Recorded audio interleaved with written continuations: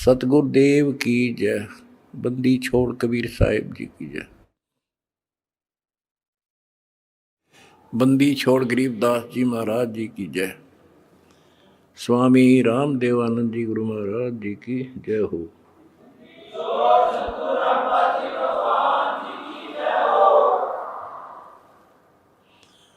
सत साहिब परमेश्वर कबीर जी की प्यारी संगत को, विश्व की सारी संगत को दास का आशीर्वाद है। परमात्मा आपको मोक्ष दे, सुखी रखे, काल कष्ट से आपकी रक्षा करे। बच्चों, आपको सत्संग से, तत्व ज्ञान से रंग दिया है, आपको परिपूर्ण कर दिया है। आज मानव एजुकेटेड है, शिक्षित है, आसानी से समझ जाता है अच्छे और बुरे को। परमात्मा की विशेष श्रद्धा है। ये साइंस परमात्मा ने मानव को दी, जिसके कारण आज ये सोशल मीडिया परमात्मा कबीर जी की देन है। और प्रचार का एक नंबर का साधन यही है। हमारा भगवान पूरा, हमारा ज्ञान पूरा, और समाज की सभी बुराइयों से मुक्त मेरे भक्त भी देवी देवता से कम नहीं। आज के दिन यदि पृथ्वी पर देवी और देवता हो तो आप कबीर जी के बच्चे हो। ये अब समाज को भी समझ में आ चुका है कि यदि बसना चाहते हो, सुखी होना चाहते हो, तो ऐसे बनना पड़ेगा जैसे संत रामपाल जी के बेटा बेटी हैं। बच्चों, पहली बात तो ये है कि भक्ति मार्ग जो है ये खंडे की धार पर चलना है, यानी तलवार की धार पे। कब तक? जब तक हमारा ज्ञान और समाधान पूर्ण समझ में नहीं आता। और जब ये समझ आ जाता है, इसमें आने वाले कष्ट जो होते हैं वो हमारे लिए वरदान बनते हैं। ये अब आपके आसानी से समझ में आ जाएगा। अध्यात्म की सफलता का मूल कारण है कि राज्य रमता राम की, रजा दरे जो शीस, दास गरीब दरस परस, तिस बैठे जगदीश। ज्यों रखे त्यों ही रहूं, और मेरा के चारा, खाने जाद खरीद हूं, गुलाम तुम्हारा। आपको सत्संग के माध्यम से सुना करते हैं हम, कई उदाहरण भी दिए जाते हैं कि एक राजा था, वो नास्तिक था, उसका वजीर आस्तिक था।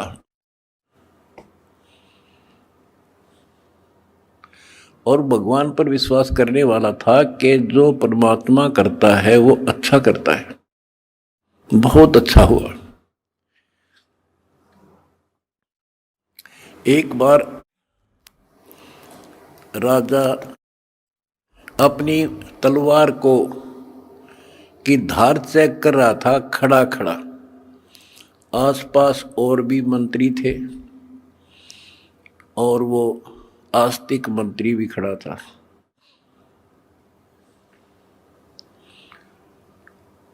क्या होता है, बात करते करते राजा की उंगली कट गई, तलवार की धार के लाग के। दूसरे मंत्री कहने लगे, हे भगवान बड़ा बुरा हुआ, हे भगवान बहुत बुरा हुआ। वो जो भगवान पर विश्वास करने वाला मंत्री कहता है कि बहुत अच्छा हुआ, वो दूसरे मंत्री, जो वो मंत्री था भगवान के डरने वाला विश्वासी, वो बहुत ही समर्पित था, राजा उसके ऊपर बहुत विश्वास करता था। लेकिन दूसरे जो मंत्री थे वो उसकी निंदा करते रहते थे, जी आदमी ठीक नहीं सर, ये आपको मरवाएगा कभी। वो चाहते थे किसी तरह इसकी महिमा कम हो, तुम्हारे नंबर बने। जब उसने कहा कि उंगली कटगी राजा तो बहुत अच्छा हुआ, जो हुआ अच्छा हुआ, बहुत अच्छा हुआ, तो इस बात से राजा बोला भाई मेरी तांगड़ी कट गई और तू क्या अच्छा हुआ, नालायक आदमी। तो दूसरे मंत्रियों का दाव लग गया, जी हम भी तो आपने कहा नहीं करते, ये तो आपका दुश्मन है, आपके बुरे मराजी से, इसको जेल में ठोक दो। वो जेल में डाल दिया मंत्री, भगवान को चाहने वाला, भगवान पर विश्वासी। राजा की वह उंगली पट्टी पट्टी बंधाई, वो कट तो गई कति, लेकिन ठीक होगी, दर्द नहीं रहा। अब 3 उंगली रहेगी राजा का। अब राजाओं को तो यही होता बकवाद बाणी, जब ठीक हो गया बोला फिर चलो शिकार करने चलते हैं जंगल में। वो जो मंत्री था, जो चापलूस था, उसके स्थान पर महामंत्री बना दिया राजा और वो मंत्री, क्योंकि वो तो उसका चमचा था खास। राजा के 7 घोड़े गेल गेल भाग्या था, जिधर भी राजा जावे वो दोनों मार्ग पे चढ़ गए। मार्ग भूल गए तो जंगल में गहरे चले गए। वहां कोई जंगली लोगों का बलि पर्व था, अपनी देवी को बलि चढ़ाना था, नर बलि, यानी आदमी को काट के उसको समर्पित करना था ताकि देवी खुश हो। वो जंगली लोगों ने दोनों घेर लिए, पकड़ लिए, पुरोहित के पास लाकर खड़े कर दिए। 2 मिल गए। पुरोहित बोला 2 और बढ़िया, दोनों को चढ़ा दो। पहले इनके अंग देखो, अंग भंग ना हो, कोई काना, कोई उंगली हाथ कटा हुआ ना हो। देखा जब चेकिंग हुई तो राजा की उंगली कट रही। पुरोहित को बताया गया जी एक तो ठीक ठाक है, एक की एक उंगली कटी हुई है। वो बोला भाई वो डिफेक्टिव है, ये नहीं चढ़ेगा, इसको छोड़ दो, और इसको ये ठीक है, फिट है। और दूसरा जो चापलूस था मंत्री, उस भगत की रोज निंदा करा करता था, वो फंस गया और वो चढ़ा दिया बलि, राजा छोड़ दिया। अब राजा ने तो उस मंत्री की कोठरी का गबाट जाकर पीछा देखा, जिस जेल में वो रोक रखा था कोठरी में, उसको खुलवाया और उससे कौड़ियों मिला नो, भाई उस दिन आप ठीक को थे, बहुत अच्छा हुआ, जया मेरी उंगली ना कट्टी होती तो आज मेरी जान जानी थी। भाई मैंने आपको नाजायज तंग किया, माफ कर दे। बोला जी आप राजा, मैं मंत्री, मैं क्या माफ करूं, आप जो करो और कर लियो, पर एक बात बता, मेरी उंगली कट गई तो मेरे लिए तो अच्छा हुआ, पर आपको 6 महीने की जेल हुई, आपके लिए क्या अच्छा हुआ? मेरे लिए मेरी जान बच गई, क्योंकि मैं आपके साथ होता उस महामंत्री की जगह, आज मैं बलि चढ़ता। ये 6 महीना की जेल में मेरी मौत बच गई। तो बच्चों, परमात्मा जो करता है अच्छा करता है। इस 11 साल की तपस्या में क्या पता कौन सी करड़ाई टड़ी हो और परमात्मा जो करता है वो अच्छा करता है। हमारे मन में कभी दोष से नहीं आया, ना सोचिए कि गलत हो सकता है। फिर विश्वास बिना भगवान नहीं मिलता। तो इसी प्रकार हमने परमात्मा के ऊपर समर्पित रहना होगा। क्या होता है, जैसे 9 नकली दुकान है और एक असली होती है। इंसान नकलियों पे घूम घूम के ठग के और सबको एक आंख से देखता है, सारे इसे हैं। तो इसी प्रकार आज संत मार्ग के अंदर संतों की जो कथनी और करनी है उसमें बहुत अंतर है। इस करके समाज ने ज़्यादा से ज़्यादा गणी नहीं तो 50% समाज रिजेक्ट कर चुका है साधु संतों को। अपने हिसाब से चाहे कोई पत्थर पूज रहा है, चाहे कोई तीर्थ जा रहा है, वो कर रहा है। इसका कारण क्या है कि हमें परमात्मा का ज्ञान नहीं हुआ और परमात्मा से मिलने वाला लाभ हमें प्राप्त नहीं हुआ, जो भी हमने साधनाएं की। परमात्मा को पाने के लिए राज त्याग दिए, घर छोड़ दिए, कठिन तपस्याएं की, लेकिन जो परमात्मा से अपेक्षित होता है वो मिल नहीं पाया। आखिर में इंसान नास्तिक हो गया, चोरी करके उस पूर्ति को पूरा करने लगा। रिश्वत लेकर न सोचा सेठ बनूं, कभी नहीं बन सकता, सपने में भी ना सोचना। ये कथाएं आपको बहुत सुना रखी हैं दास ने। और जब से दास इस मार्ग पर निकला, मेरे घर में क्या है कि कमी नहीं थी। यूँ है मेरा, यहीं हमारे खेत थे, यूँ है मेरा गांव है, सारा गांव गवाह है। हम सेठ नहीं थे तो घर में बढ़िया इज्जत से रोटी मेरे माता पिता भी खा रहे थे और दास को भी नौकरी बहुत अच्छी मिल गई थी। लेकिन जब पता चला कि ये इस ज्ञान की पूरे विश्व को जरूरत है, संत गरीबदास जी की वाणी है, अगम निगम को खोज ले और बुद्धि विवेक विचार, उदय अस्त का राज मिला तो बिन नाम बेगार। बताओ, यह छोटी बात नहीं है। भक्ति ना करने वाला तो सारी पृथ्वी का राजा बन जा, उसका भविष्य जीरो होता, जीरो।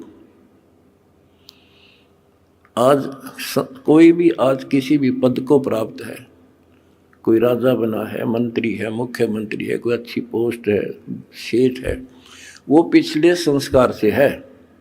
पिछले किसी जन्म में उन्हें अच्छे तप धर्म दान किए हुए हैं और अब वो टीटी भाग रहा है, लाट साहब बन रहा है, क्योंकि इस टाइम पर टूक मिल रहा है, समय पर सारी सुविधा प्राप्त है और वो ये सोचता बस इतना ही काम है। ये अध्यात्म ज्ञान का टोटा है। उस अध्यात्म ज्ञान के टोटे को पूरा किया मैंने सभी ग्रंथों से, सभी महापुरुषों की वाणियों से एक कर दिया। अब देखो, हम देखते हैं भी एक इंसान सेठ है, एक IAS IPS MLA MP प्रधानमंत्री मुख्यमंत्री बने हैं और वो कति राम नाम न जानते नहीं, सारे दिन दारू पीना या मजाक करना और बकवाद करना, या अपनी अच्छे नेक व्यक्ति हैं तो अपना करके खाना रहना। और हम सोचते हैं कि ये भक्ति जो कर रहे हैं, वो ये सोचते हैं कि हम भक्ति कर रहे हैं और फिर भी कोई ना कोई कष्ट थोड़ा बहुत आ ही जाता है। और मेरे साथ वाला सारा दिन कोई राम नाम न जानता नहीं, कह ताश खेल है, कह दारू पीवे, ना अपनी धंधा करता है और बड़ा अफसर है, इसको कोई दिक्कत नहीं होती। तो ये ऐसे समझना होगा आपने, जैसे इन्वर्टर की बैटरी है, वो चार्ज कर दी और इन्वर्टर है नहीं, फिर हटा दिया, तो जब तक उसमें वो कैपेसिटी है उसकी, वो चलेगी और पंखे भी चलेंगे, कूलर भी चलेगा, लाइट भी जग रही होगी। और जिस समय वो बैटरी डिस्चार्ज हो जाएगी, सभी समाप्त हो जाएंगी, सब सुविधाएं खत्म। उसके बाद फिर क्या होगा, उसके ऊपर कैर टूटेगा और उस समय देर बहुत हो चुकी होगी। आज कोई राजा है, महाराजा है, और फिर मृत्यु के बाद कुत्ता बनेगा, गधा। ये संतों की वाणी है, कोई डूम बाट के गीत नहीं है, अध्यात्म ज्ञान है। फिर पीछे तू पसवा कीजिए, गद्दा बैल बनाई, ये 56 भोग कहाँ मन बोरे, कि तक कुरली चलने जाइए। एक थोड़ा सा दिमाग तक काम ले ले इंसान तो कलजा पाट जा। आज सारी सुविधाएं हैं, समय पर सब मिल रहा है, और मृत्यु के उपरांत क्या होगा, कुत्ता बनकर धक्के खागा। तो ये डर बनेगा गात में, जब बात बनी बेर बना डर, ये ज्ञान होया तुम्हें। फिर बताया कि कोट जन्म तन भ्रमत हो गया, कुछ नहीं हाथ लगा रहे, और कुकर कुत्ता, सुक्कर सुअर, खर गधा, और कौवा हंस बुगारे। तो ये छाती में लगन लगी ये बातें, भाई तो बहुत जुल्म हुआ। आज एक छोटी सी पोस्ट है जेई की, इस समय मैं अफलातून मान रहा हूं अपने आप को। और अध्यात्म ज्ञान बताता है कि राजा भी रहे, देवता भी रहे, और मोक्ष नहीं हुआ। मोक्ष कैसे होगा, गीता अध्याय 4 श्लोक 34 में कहा कि अर्जुन, तो तत्व ज्ञान को जो भगवान स्वयं अपने मुख से बोलता है, गीता अध्याय 4 श्लोक 32 में बताया, तत्वदर्शी संतों से पूछ, और वो तत्वदर्शी संत तुझे वो ज्ञान कराएंगे, उनको दंडवत प्रणाम कर। यानी इतना कीमती है ये ज्ञान, उसी को बताया जाएगा जो कति समर्पित होगा। फिर लास्ट में बता दिया है कि गीता बोलने वाला कहता है कि अर्जुन 18वें अध्याय के 62वें श्लोक में, तू सर्वभाव से उस परमेश्वर की शरण में जा, उसकी कृपा से ही तू परम शांति को और सनातन परम धाम को प्राप्त होगा। एक तो इसी ये बात क्लियर हो जाती है कि गीता ज्ञानदाता से कोई और है परम शक्ति, जिसकी भक्ति से परम शांति होगी और सनातन परम धाम सतलोक प्राप्त होगा, सत्य स्थान। गीता अध्याय 15 श्लोक 4 में कहा है कि तत्व ज्ञान की प्राप्ति के पश्चात परमेश्वर के उस परम पद की खोज करनी चाहिए, जहां जाने के बाद साधक फिर लौटकर संसार में नहीं आते। तो उसके लिए हमने ये पाना है, उस परम पद को पाना है। कौन से परम पद को? जहां जाने के बाद फिर लौटकर नहीं आते, जहां परम शांति है, वो सनातन परम धाम है।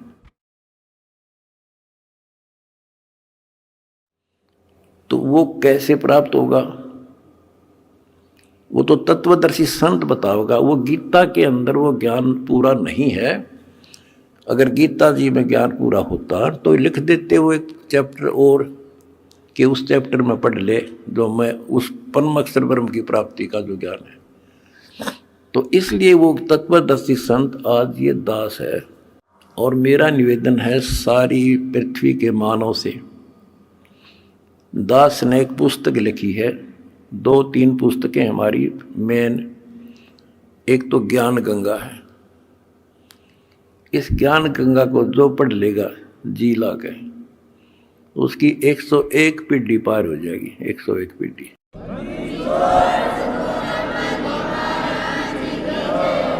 ये सारा ज्ञान कति मेरी आत्मा समझ लेना हो। ज्ञान गंगा ऐसे गजब तरीके से तैयार कर रखी है, जब इंसान होगा निष्पक्ष भाव से पढ़ लेगा, वो और बताता फिरेगा।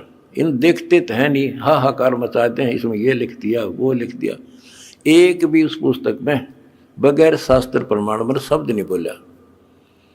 अगर उसमें जो लिखा हुआ गीता से, वेद से, पुराण से, कुरान से, बाइबल से, अगर उसमें गलत है तो फिर वो आपकी पुरानी पुस्तकें खराब हैं।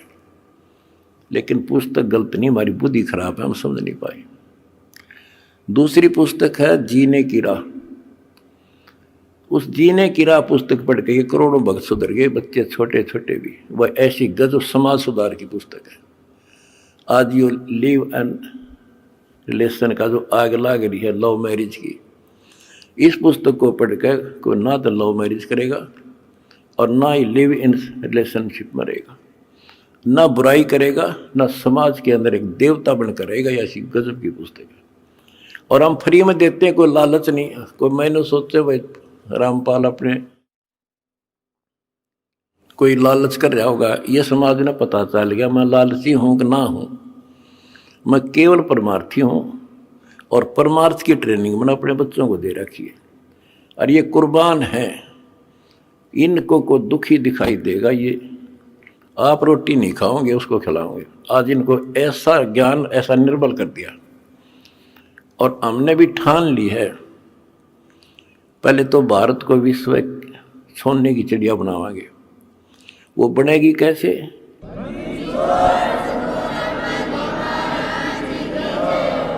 जीने के लिए अन्न की आवश्यकता है।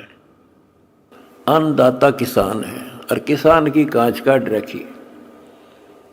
अब हम सबसे पहले मजदूर और किसान का डट कर साथ जाएंगे। कोई आपत्ति आवेगी या किसी को वैसे को किसी कारण से और समस्या आती है, या मजदूर को, ये दो ही हैं जो आज दुखी हैं। और तीसरी बात होगी, अगर ये नाम से जुड़ जाएंगे तो हमारा काम हल्का हो जाए। भगवान सीधा कनेक्शन देगा, इनमें सीधा लाभ देगा। अब भगवान कहते नाम क्या करता है, भगवान क्या करता है। जैसे शुरुआत में हमारे गांव में लाइट बिजली नहीं होती थी, और बिजली की तरह शुरुआत हुई लगवाने की, तो एक आधी जगह को एक्सीडेंट हो गया, इंसिडेंट न्यों पता लग गया भाई वहां बिजली ने पकड़ लिया, मर गया। तो उससे और डर बन गया लोगों के। हमारे गांव में बिजली की शुरुआत हुई, मैं जब जेई लगाई था तब तक हमारे घर में बिजली नहीं थी, सन 1977 तक। और ना नीयत थी लगवाने की। तो मैंने आके, अपने एक दोस्त था मेरा यहाँ, वो बिजली का काम करता था, कुछ लोगों ने लगवा ली थी गांव में भी। मैंने उसको कहा भाई तो घर वालों से कह तो सामान ले आ, मैं सामान दे दूंगा, बता कितना सामान, क्या फिटिंग का इसमें पैसे लगेंगे। उसने बताया 1200 रुपये लगेंगे, मैंने दे दिए। वो सामान लेकर घर आ गया, मैं चला गया ड्यूटी पे। और वो बोला भाई, मेरा ताऊ ने बोला, तुम्हारा उम्र में छोटा था, उनने एक चाचा था, मेरा ताऊ बाबू फादर का भाई लगे, बोला भाई थारा बिजली लानी है। वो बोला तो अपने माँ बाप का ला ले बिजली, भाग जाड़ा की तो बकवास करे तो मारे क्यों लाओ बिजली, तू अपने ला ले। यानी बिजली को इतना गलत समझते थे। जब तो मजाक चल रहा था उनका, फिर माँ आ गया सामने, तो वो बोला भाई, और ने बोले थारे घर वाले, तो बोला तुम अपना ला लो इस बिजली ने। वो बोला कोई बात ना, नब्बेरा को ना तू फिटिंग कर दे।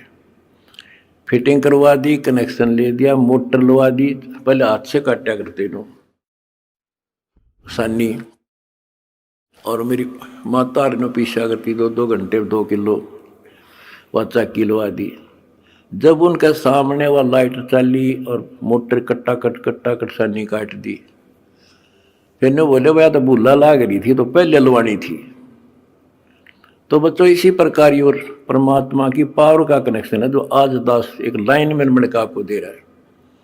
जिसका यू लाग जाएगा कट्टा कट काम होगा आपका।